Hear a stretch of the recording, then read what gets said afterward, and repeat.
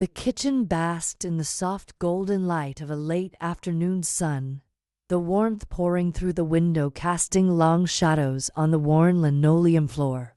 The gentle hiss of the kettle boiling was the only sound breaking the stillness, a familiar soundtrack in a house where conversation had grown scarce.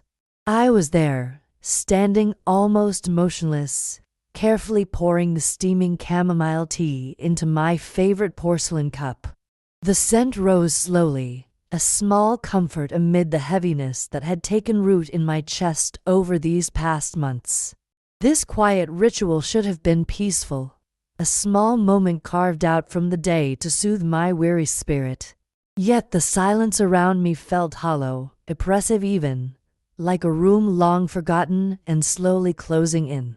The house was the same in its physical shape: wooden frames, faded wallpaper, the creaky stair, yet it felt completely alien, a place holding shadows where light used to dwell. Sarah and David, my daughter, and her husband, lived here with me, but the warmth we once shared had turned cold. Their smiles flickered on occasion, but more often their faces carried a carefully measured indifference or, worse, subtle contempt. At times, I caught their eyes avoiding mine, or narrowing just slightly, as if I were no longer quite the mother I had been but an obstacle, a fragile vessel they thought ready to break. Just that morning, this realization had punched through that veil of routine quiet like a sudden storm. I had reached for some important papers, the passport I had kept for years, deeds to the house where my memories lived, and other documents tying me legally and emotionally to my life. But they were gone. Vanished. At first, disbelief tempered the sharpness. I rifled through every drawer and shelf, lifting stacks of unopened letters and tucking away layers of dust. I checked every familiar nook, the desk where I used to write notes for Sarah when she was a child, the drawer by the front door where I kept spare keys and old bills. Nothing answered. The missing papers were no mistake or accident. They had been taken, removed deliberately. The weight of that realization was crushing. It was more than an inconvenience, it was a betrayal carved out of my trust and my vulnerability. I heard Sarah's voice, soft and weighted with false sympathy, when I confronted her. "Mom, you're too frail now. We just want to help," she had said with a patience too sharp to be kind. David nodded silently beside her, eyes downcast, but the tension in his jaw told a different story. Their message was unmistakable. I was no longer capable of managing my own affairs. That I should be grateful they intervened, even as they stripped away pieces of my independence one by one. The house was theirs now, or soon would be. And I was the obstacle in their path, an inconvenient memory that had outlived its usefulness. But inside, something stirred, subtle at first, a flickering ember beneath layers of grief and disbelief. The betrayal did not extinguish me. Instead, it kindled a quiet fire, a flicker of defiance wrapped in years of patience and sacrifice. I had raised Sarah with every fiber of my being, weathered storms for her sake, stood strong through nights when the weight of mothering seemed too heavy to bear. And now that very strength was underestimated, dismissed as weakness. Confined within the aching silence of the afternoon, the house seemed to grow smaller around me, the walls closing in. Yet my spirit stretched beyond, quietly gathering itself, steadying against the tide of despair. This was more than a home. It was the battleground of my quiet rebellion. I stood by the window watching the fading light, my mind racing through memories both sweet and painful. The photographs on the mantel caught the sunlight: Sarah as a laughing child, her newborn son in my arms, our family moments frozen in time. How far we had drifted from those days! Yet those memories were the roots anchoring me still. The loss of my documents was a stark reminder that they wanted to sever every thread I held to my past and future. The house, the keys, the papers, they thought they could wrest it all from me, as if my identity could be printed onto pieces of paper and torn away. But I carried something stronger than documents and deeds. Beneath the burden of betrayal, beneath the weight of their betrayal, was an unyielding resolve born of years of unnoticed strength. The feeling of being trapped, of suffocating within the walls meant to protect me, was breaking, making way for something new, a determination calm but fierce. The tea cooled in my hand as I made the silent vow, one I did not voice aloud but held close inside the stillness. I would not be the woman Sarah and David believed me to be. I would reclaim my life, piece by piece, in silence if need be.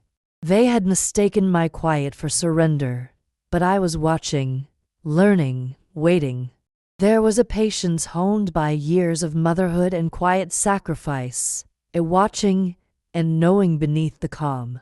Their betrayal was a spark, but from it a seed had taken root. Resilience. It would grow invisible and strong, like the roots of a tree in winter, ready to rise when the time was right. As the sun slid beneath the horizon, the house around me seemed to hold its breath. My heart, heavy with pain but steady in its newfound strength, beat a quiet rhythm of defiance. Betrayed, yes, but not broken. From this moment onward, I was no longer their victim. Beneath the silent surface, the slow turn of a woman reclaiming her power had begun. The darkness deepened as the night grew older, settling over the house like a heavy cloak.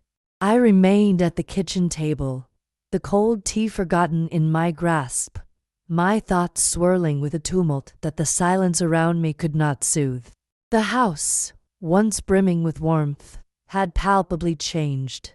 Each creaking floorboard, every faint whisper of the wind through the window panes felt amplified, as though the very walls were listening, holding their breath for what was to come. Yet within this stillness, a quiet clarity began to bloom inside me, the beginnings of a plan forged not in anger but in patient, calculated resolve. The memories that had flooded me earlier refused to fade. I saw Sarah in my mind's eye, her laughter ringing through these rooms like a melody from a happier time, bright and unburdened. Those days when the world seemed endless and her trust in me absolute, when I was the center of her universe and nothing could fray the bond between mother and daughter. I could still feel the weight of her small hand in mine, the quiet warmth when she woke scared from dreams, and the countless nights I stayed awake to guard her from unseen fears. It was in those moments I had woven a tapestry of love and sacrifice, unaware it might one day help armor me against betrayal. The sting of missing documents, my passport, the deeds to the house went far beyond misplaced papers. Those belongings represented my autonomy and my history, the tangible proof that this life, which Sarah and David sought to claim, was also mine. To lose them was an attempt to sever me from my own story, to trap me in a narrative where I was powerless and forgotten. Sarah's words replayed in my ears, dripping with false concern. "You're too fragile to manage, Mom. Let us help you." Her expression equal parts pity and entitlement cut deeper than any accusation. David's quiet presence beside her was no less menacing, a silent accomplice in the slow erasure of everything I had fought to build. Yet, through the sharp pain of betrayal, an unexpected ember kindled deep within. I had been underestimated. My quiet, my endurance, my patience all mistaken for weakness. But beneath it all, a durable strength was gathering, growing steadier by the hour. They might have stolen the papers, but they could not steal the years of knowledge I had quietly accumulated or the resilience rooted deep in my spirit.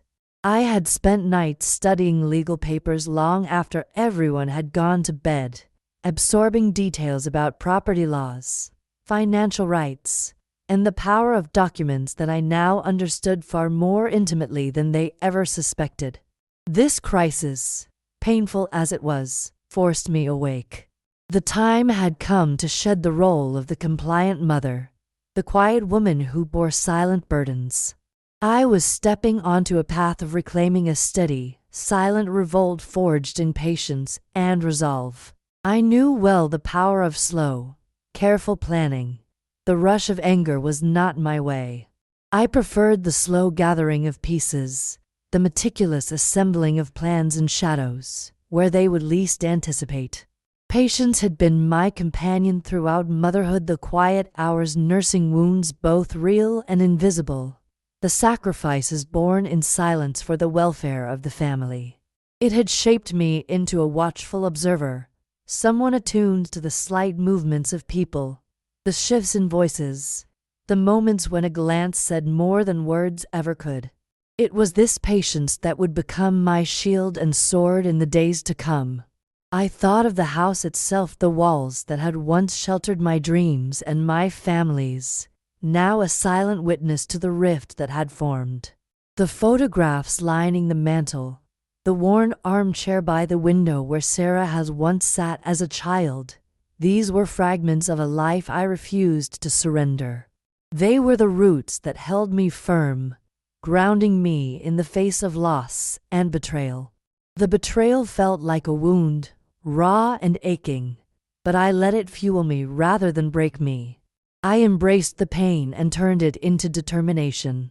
Each tear I had shed quietly over the years when the loneliness became unbearable, when the weight of neglect pressed hardest, became a quiet fuel in my veins, pushing me forward with greater force.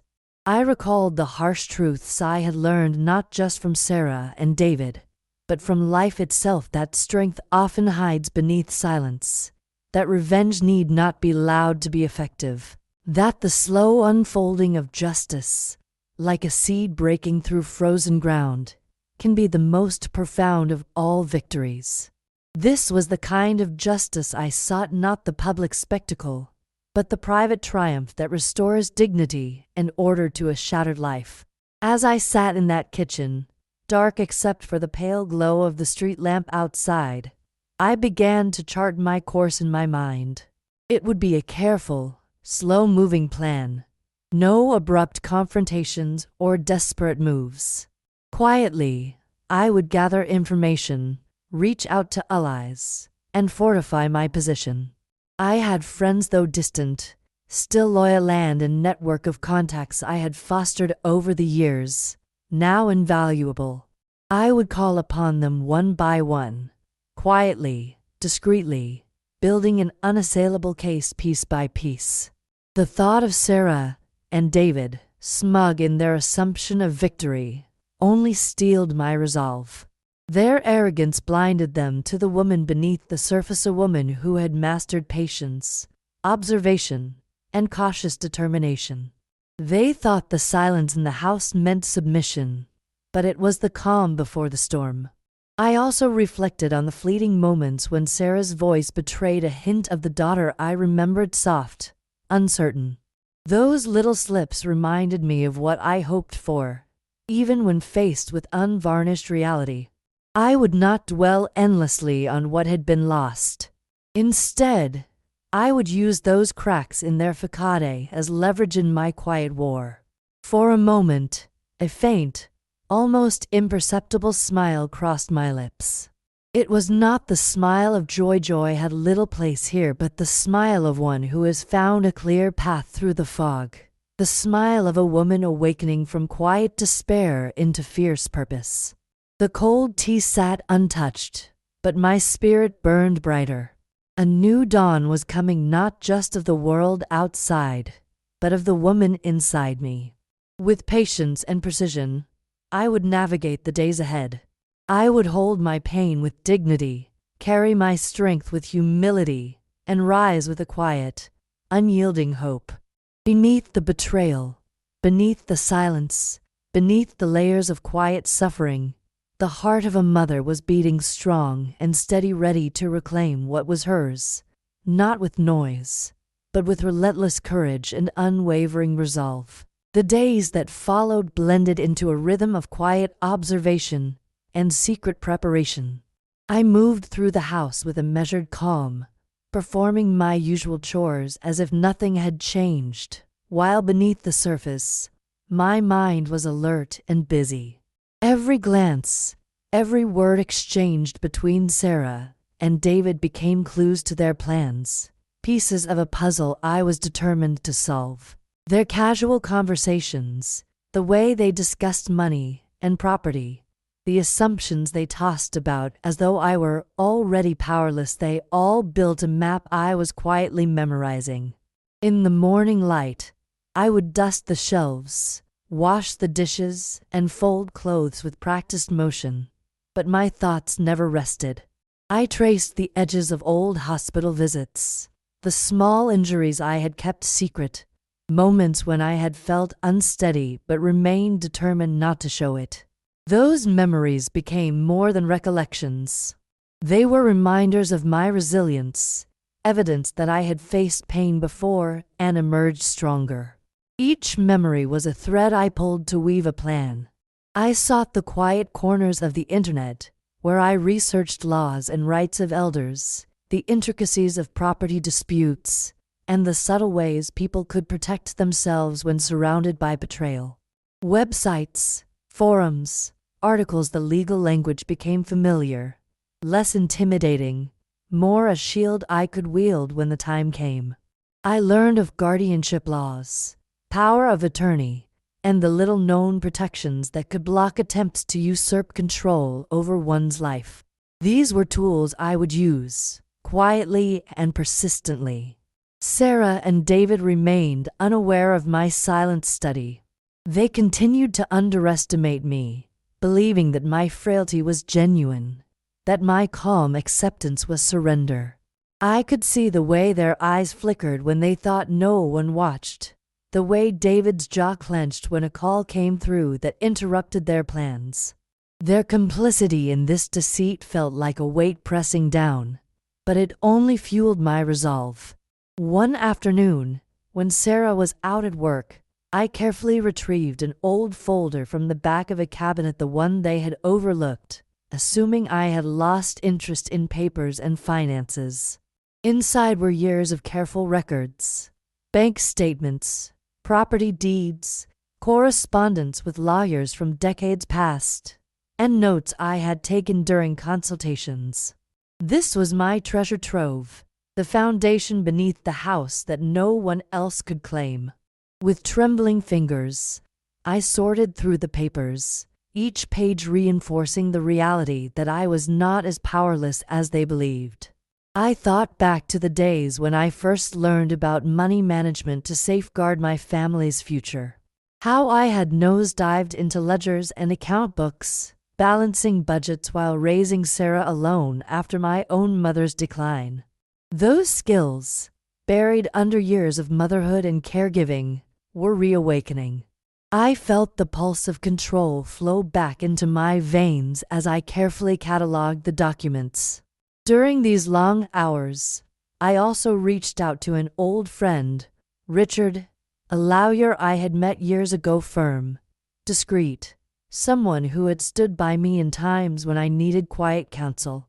I placed the call with a steady voice, not revealing the full extent of my plans but hinting at my need for advice, protection, and perhaps a way to reclaim what I had lost. His calm, measured responses gave me a sliver of hope he would be my anchor in the choppy legal waters ahead. Maintaining the facade around Sarah and David required strength and patience. When they questioned why I insisted on sorting through old files or seemed more alert than usual, I smiled softly, attributed it to nostalgia or a restless night. Their suspicions flared briefly but never hardened. They whispered behind closed doors, conspiring over papers and phone calls, blind to the storm growing quietly beneath my calm exterior. One evening, as Sarah and David prepared dinner, I sat near the counter watching my cup of tea steam lightly in the dim kitchen light.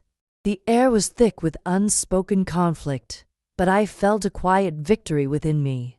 Each day, my plans took shape. Contacting Richard, preparing documents, discreetly reaching out to old allies, and, most importantly, nurturing the resolve that had been kindled by betrayal. I was methodically turning the tables, using knowledge as my sword and patience as my shield. Despite the heaviness of the days, I found moments of unexpected solace. Walking through the garden that bordered the house, feeling the earth beneath my feet, I remembered simpler times. The cycles of growth and decay mirrored my journey. After winter's stillness, new life emerges. Like the roots of the old tree beside the porch, my strength was underground, gathering power beyond the sight of those who thought me weak. In the quiet solitude of night, I wrote letters not to send but to clarify my thoughts. Letters to Sarah and David, to the younger woman they once loved and betrayed. In these letters, I whispered truths I could not yet say aloud, releasing burdens and reclaiming my voice one word at a time. I wrote about pain, betrayal, strength, and hope, knowing that these words were the first steps toward giving myself back to the world. Each small step was a turn in the wheel of my new life. The house, once a cage, was slowly transforming back into a battleground not of noise and fury, but of silent, steadfast resistance. I was no longer the woman caged by deceit. I was a mother, a guardian of her own destiny, quietly reclaiming her place with every measured breath. My plan demanded patience, but also precision. I learned to read Sarah and David with sharper eyes, the flicker of impatience in Sarah's smile, the subtle protective stance David took when certain calls came in. These were chinks in their armor, moments when their confidence faltered. I stored these observations carefully, knowing they might one day be my leverage. More than once, I caught myself breathing deeper, heart steady despite the storm brewing inside me. I was unfinished business, a quiet force no one had reckoned with. My silence was not absence, it was strategy. It was taking the time to gather strength, visible only when the moment was right. In the growing light of those days, I felt the full weight of what had been stolen, but also the stirrings of what could be regained. My mind may have seemed calm, but inside, it was a flurry of thought and planning, fueled by a fierce love not just for the family I once had but for the woman I was becoming. The daughter they had betrayed was no longer just a victim. She was a mother who would rise, reclaim, and rebuild with quiet, unshakable resolve. The days slipped by with a quiet urgency, each one measured and deliberate. The ordinary rhythms of the house, Sarah moving through the mornings with her purposeful steps, David's controlled silences filling the corners, persisted, seemingly unchanged.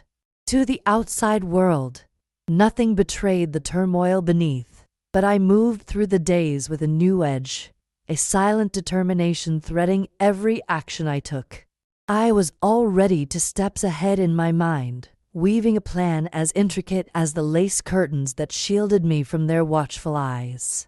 I knew that my strength could not be shouted from rooftops or brandished like a weapon in heated arguments. No, this was a subtle war, fought in silence and strategy. Every move was calculated, every word weighed for its impact.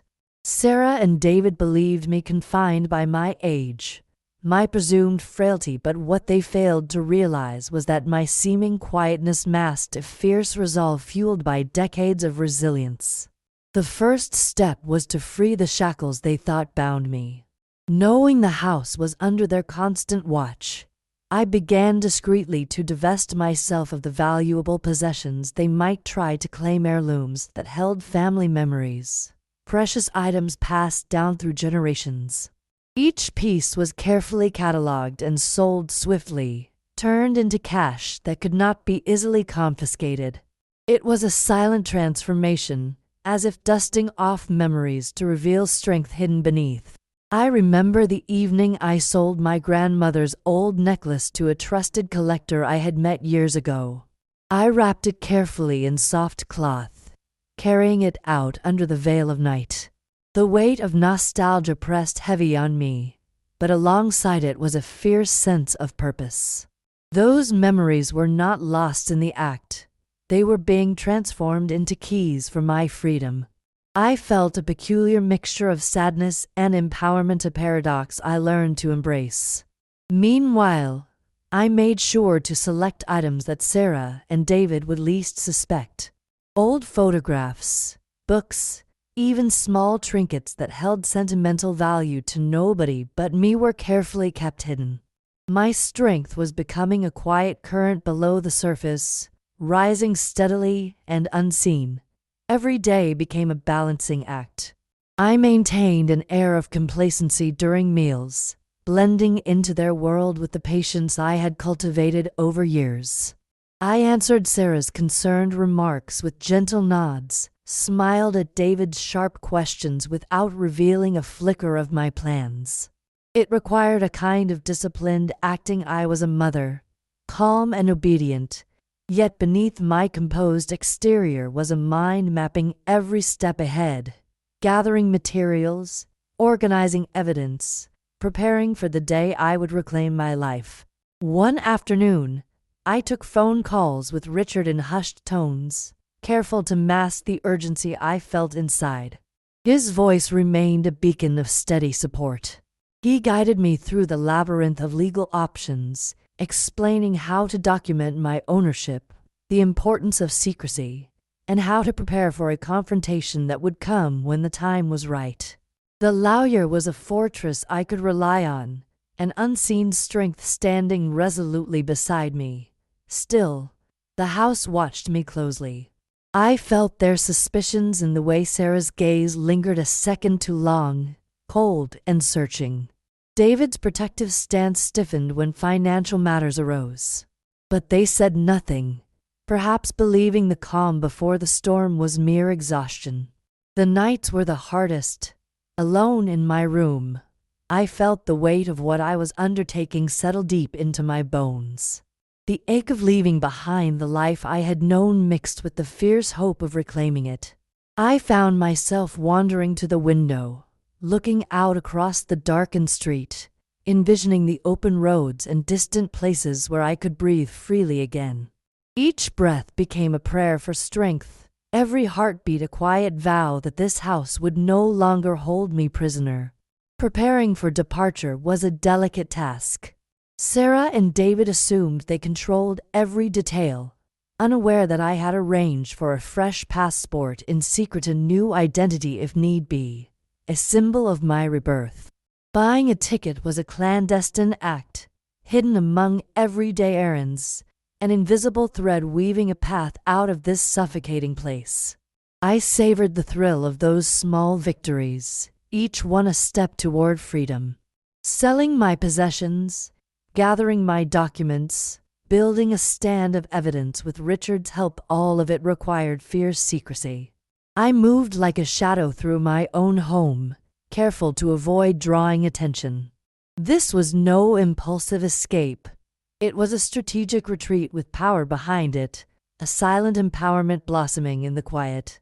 There were moments when the sadness hit me like a wave, the realization that the family bond I had cherished was fractured beyond repair. Tears came unbidden during these times, not from weakness but from the pain of loss and betrayal. Yet, each tear was a release, a cleansing of the old to make way for the new. In those moments, I reminded myself of the reason behind my resolve.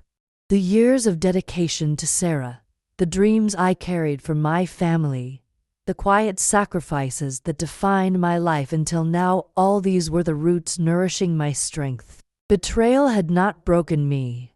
It had made me grow, like a tree weathering storms yet standing tall. The day approached when everything would change, a confrontation inevitable, yet one I would meet with calm assurance. When Sarah and David returned home one evening, unaware of the storm that awaited, I was ready. The carefully gathered passport and ticket sat safely in my bag, proof of the life I was about to claim beyond their reach. I remember the moment with vivid clarity. The house was quiet, the tension palpable as I met their surprised eyes. With steady hands, I revealed the passport first, then the plain ticket symbols of my independence and determination. Sarah's shock was immediate, her expression faltering into disbelief as the reality of her miscalculation settled. David's anger simmered but found no voice. He was silenced by the strength radiating from the woman he had underestimated. For the first time in months, I stood tall, unmoved by their attempts to cloud the room with guilt or shame. I was no longer the frail mother they thought me to be. Every silent plan, every small victory, led to this moment of quiet triumph, a mother reclaiming her life with dignity and unwavering resolve. The air between us sizzled with unspoken words, but I spoke softly, firmly, my final words clear and unyielding.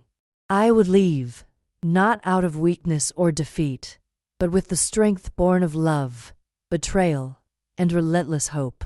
A quiet revolution had taken place within me, and now it emerged in the light. That night, as I packed the last of my belongings, the house that once felt like a cage softened, no longer a prison, but a threshold to freedom. I stepped into the dawn with a heart unburdened, carrying the silent vengeance of a mother who had learned to rise from betrayal, stronger than ever before.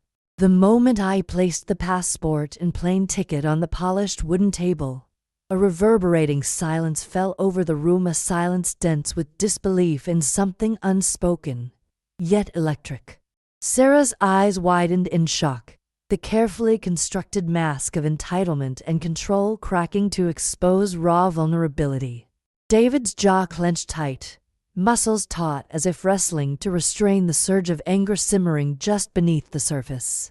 The air between us became charged, heavy with years of unspoken resentment and bitter truths finally threatening to burst free.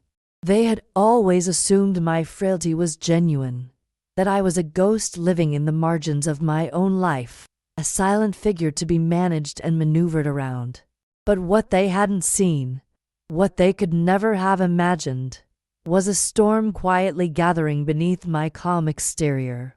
My composure was not weakness but the fiercest weapon one possessed, forged in years of silent resilience. I stood in that room not defeated or diminished but resurrected, a mother reclaiming her dignity and power with every breath. Sarah's voice cut through the thick tension, sharp and accusing, trembling with a desperate conviction. "Mom, don't be foolish. You don't understand what you're risking. You're throwing away everything you have." Her words hung there, heavy with accusation, but they only strengthened what I knew in my heart. "I understand more than you could ever imagine," I replied, my voice steady, resolute. "This is not foolishness. This is a reclaiming of everything you tried to steal from me." Each syllable was deliberate, chosen to pierce through the veil of their arrogance and entitlement. I wasn't here to beg for their understanding or forgiveness. I was here to assert my truth and my boundaries. David said nothing. His anger was the kind that smolders beneath controlled silence, and in that stillness, I felt the full weight of his frustration. He had believed himself a master chess player, moving pieces without consequence, but now the game had shifted. I was no longer just a pawn in their plan, I was a force becoming impossible to ignore. Their betrayal had wounded me deeply, but in that wound I found not weakness, but incredible strength. Pain and purpose had intertwined to create a resolve so powerful that I could stand unmoved in their presence. Where once I had been constrained by fear and doubt, I now moved with quiet authority, knowing this moment was the culmination of months of preparation, patience, and inner transformation. The hours stretched long, the temperature of the room thick with unspoken words and shattered assumptions. David and Sarah attempted to sway me with guilt and shame, their voices rising in fleeting bursts of frustration.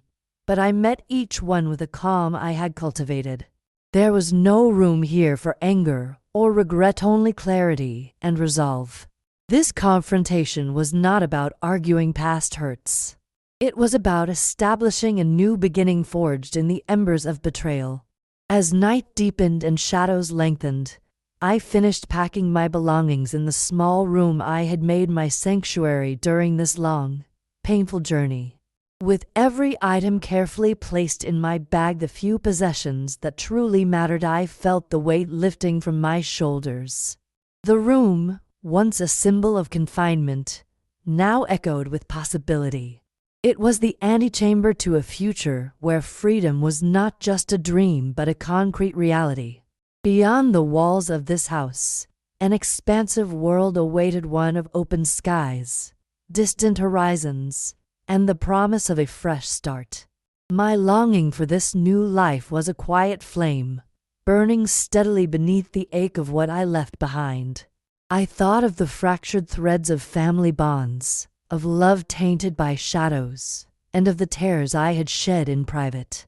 Yet, within that sorrow was also a profound hope, a belief that from the destruction of old ties, something stronger and more authentic could emerge. The dawn arrived crisp and bright.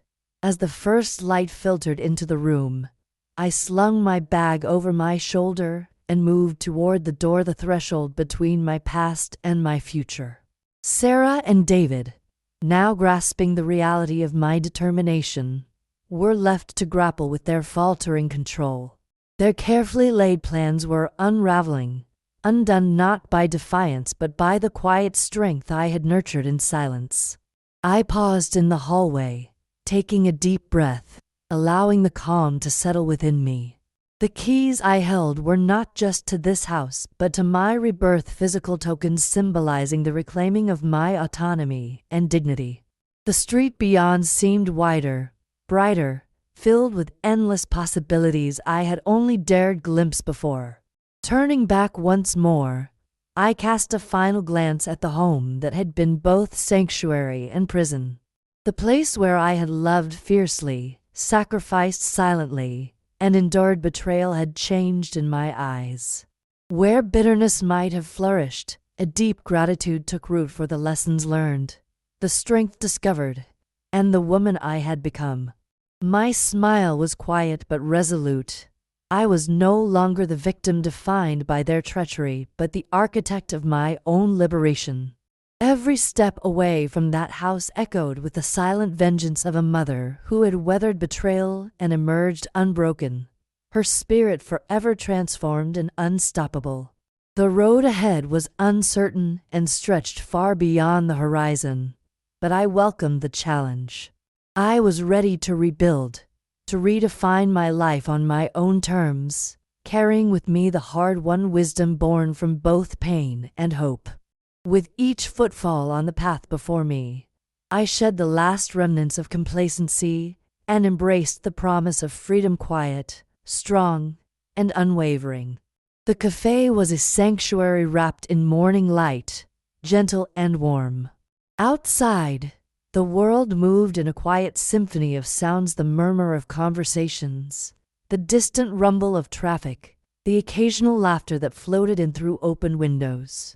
I sat by the window, hands wrapped around a steaming cup of tea, the gentle steam rising like a whispered promise.